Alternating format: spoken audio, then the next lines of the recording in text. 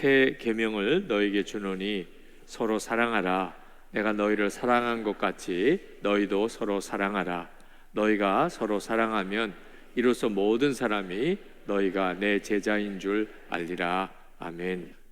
자기 방식으로 사랑하는 거 이제 버려야 돼요.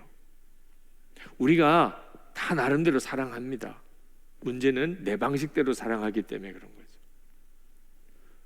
이걸 구분할 줄 알아야 돼요.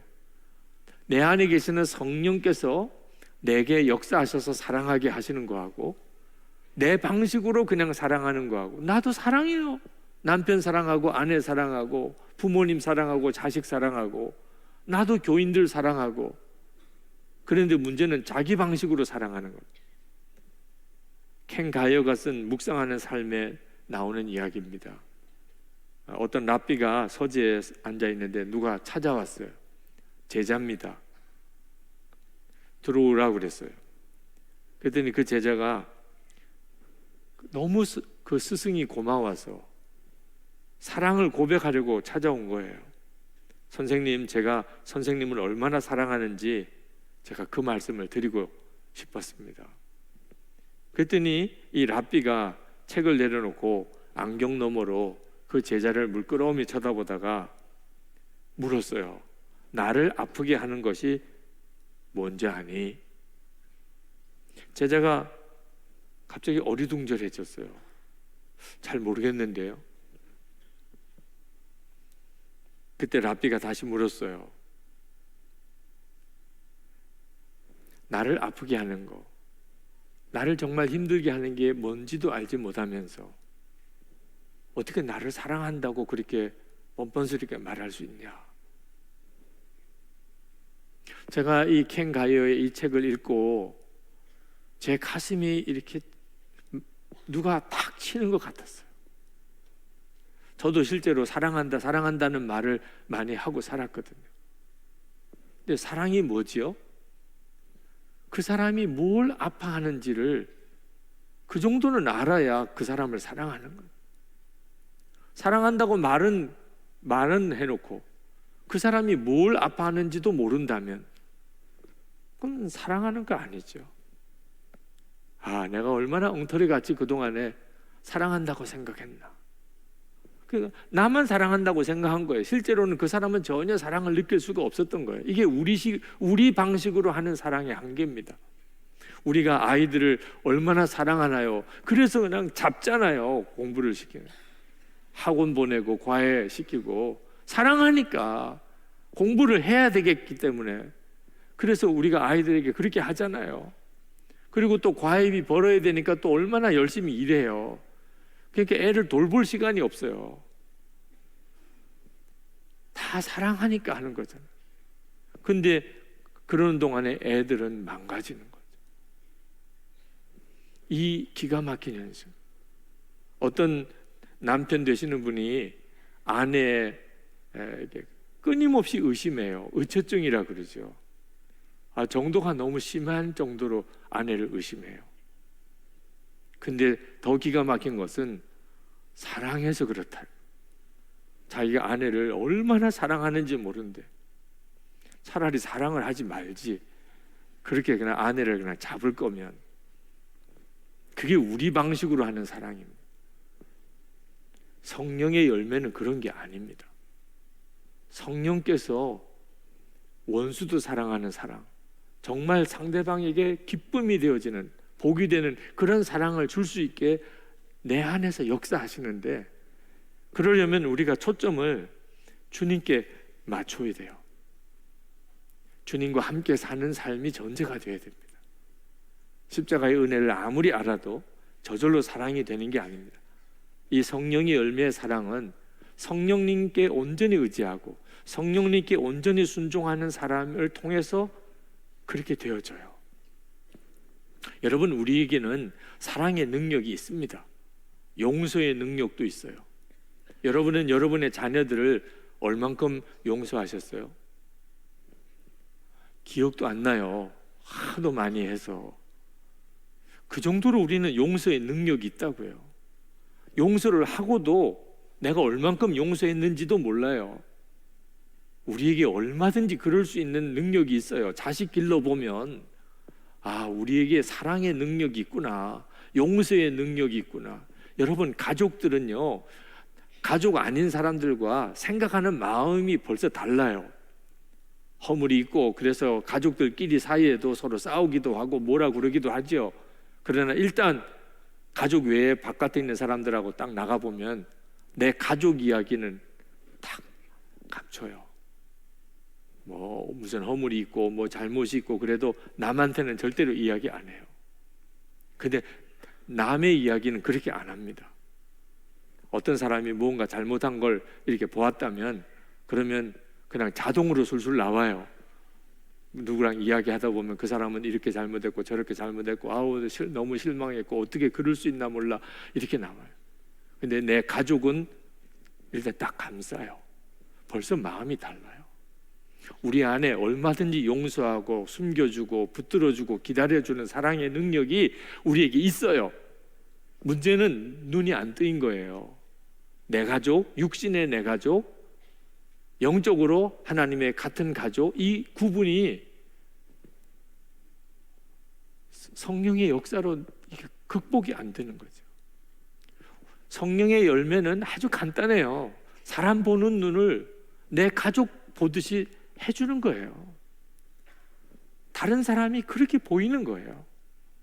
그러면 그냥 그렇게 되는 거예요. 가족에게 하는 것처럼 내 아이에게, 내 가족을 향하여 가지고 있는 내 마음처럼 교우들을 그렇게 품게 돼요. 눈이 열리게 됐으니까. 성령께서 해주시는 역할이에요. 우리가 계속 성령님을 의지하고 주님을 바라보고 살면 우리 눈이 그렇게 확 열립니다. 사실 우리 본성은요, 사람들에게 굉장히 까다로워요. 정말 도무지 사랑할 수 없는 사람들, 그런 사람들, 본능적으로 내게 뭔가 거부감을 주는 사람들 만나고 싶지 않아요. 거리를 두고 싶어요.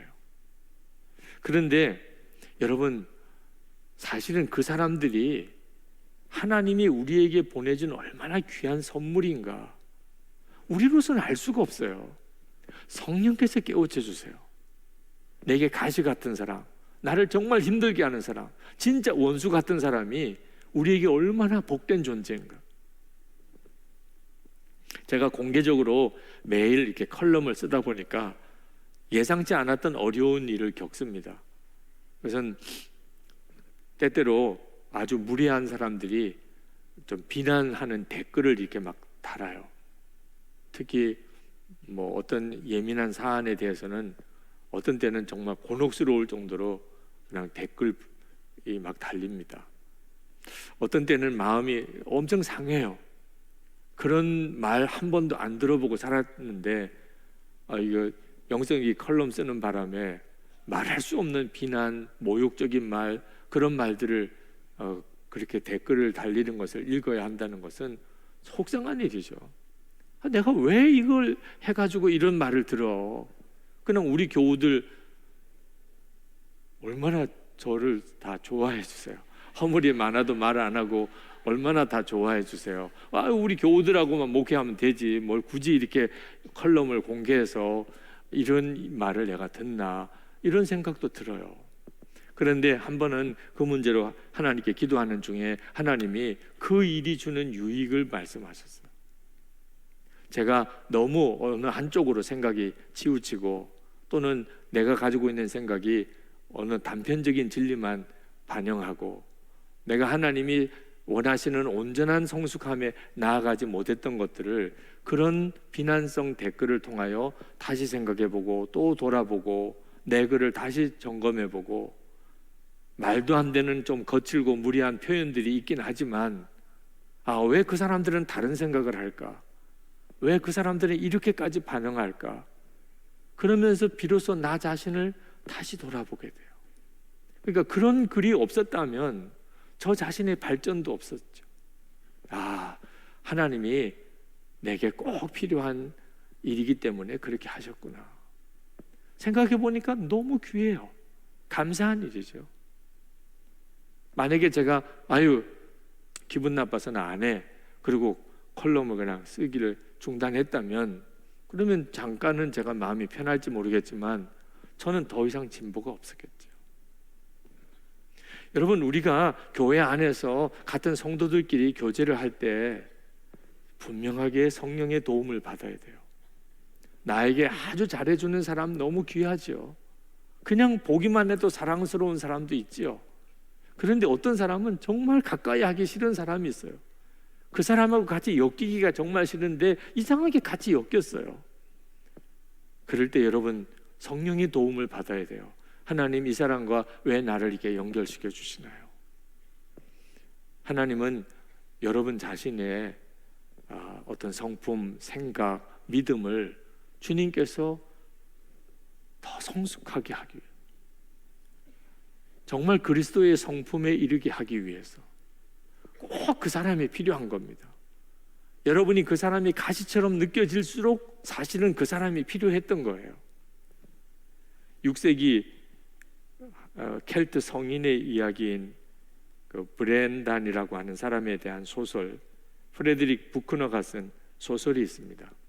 이 책 속에 주인공인 이 브렌단이 굉장히 성격이 강한 분이에요.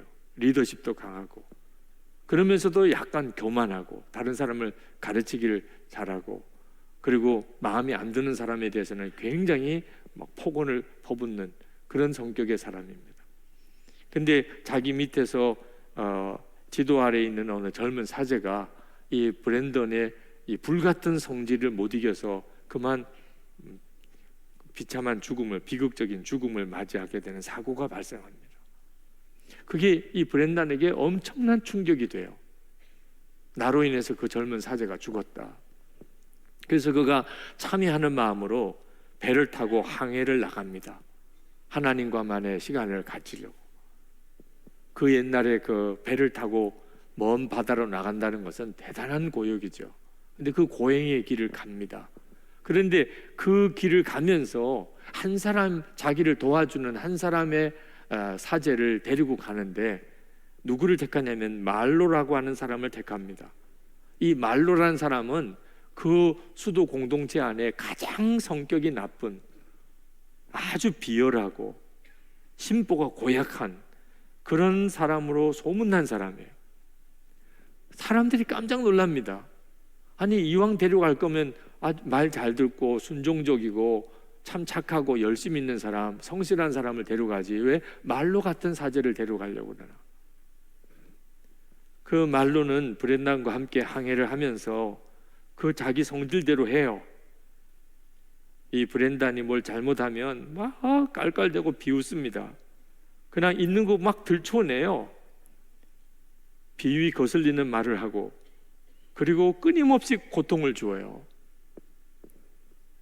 근데 브렌단이 그 말로 사제에게 항상 자기의 죄를 고백하는 시간을 갖습니다.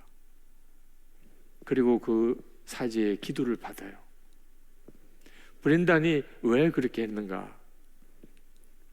자기의 교만을 하나님 앞에 회개하면서, 하나님, 제가 진짜 겸손한 사람 되기를 원합니다. 그렇게 기도했어요. 그런데 이제 이 고행의 항해를 떠나게 될 때 내가 겸손한 사람이 되기 위하여 내가 데려가야 될 사람은 성질 고약한 사제를 데려가야 되구나. 내가 그를 끝까지 귀하게 여기고 그 밑에 겸손히 무릎 꿇고 내 죄를 그 앞에 고백하고 그가 하는 모든 말을 귀담아 듣고, 그러려면 그런 사람이 내게 필요하겠구나. 그리고 이제 그렇게 말로를 택하여 갔다는 거죠. 우리가 그만큼 성숙할 수는 없어도 일부러 말이에요, 내게 가시 같은 사람을 내가 택하는 이런 일까지는 우리가 못한다 하더라도 하나님이 보내주신 사람은 환영해야죠. 아멘입니까? 네, 내가 택하진 않았지만 하나님이 보내주셨어요. 그분이 내게는 참 마음을 힘들게 하는 사람, 정말 사랑할 수가 없어요. 그때 여러분 기억하셔야 돼요. 성령의 도움을 받고 사람을 판단해야 됩니다. 싫다 좋다 금방 반응하면 안 돼요. 하나님 왜 나에게 이 사람과 함께 있게 하셨습니까? 나는 이 사람에게 어떻게 해야 합니까? 그러면 성령께서 깨우쳐 주세요.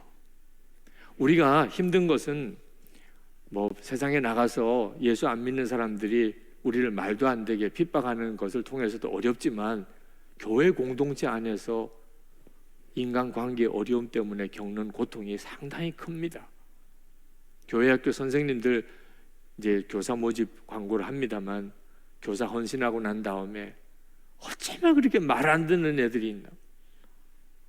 하여튼 성경 가르칠 수가 없어, 그 애 때문에.